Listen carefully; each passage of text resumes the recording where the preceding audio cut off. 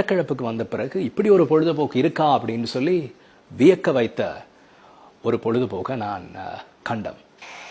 இங்கே இருக்கிறாரு தர்ஷன், எங்களுடைய நண்பர் தர்ஷன். இவருடைய பொழுதுபோக்கு வித்தியாசமாக இருக்கிறது. காலத்துக்கேற்ப தொழில்நுட்பத்தோடு கூடிய, நவீன தொழில்நுட்பத்தோடு கூடிய ஒரு பொழுதுபோக்கு அம்சமாக இது காணப்படுறது.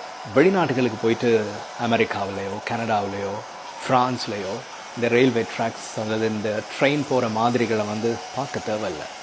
நீங்கள் மட்டக்களப்புக்கு வந்தீங்கன்னு சொன்னால் அந்த அனுபவத்தை நீங்கள் தர்ஷன் பொழுதுபோக்கு அம்சத்தில் பார்க்கலாம். இப்போ உங்களை கனடா அல்லது அமெரிக்கா போன்ற நாடுகளுக்கு கூட்டிகிட்டு போக போகிறோம். இப்போ போய் பாருங்கள்.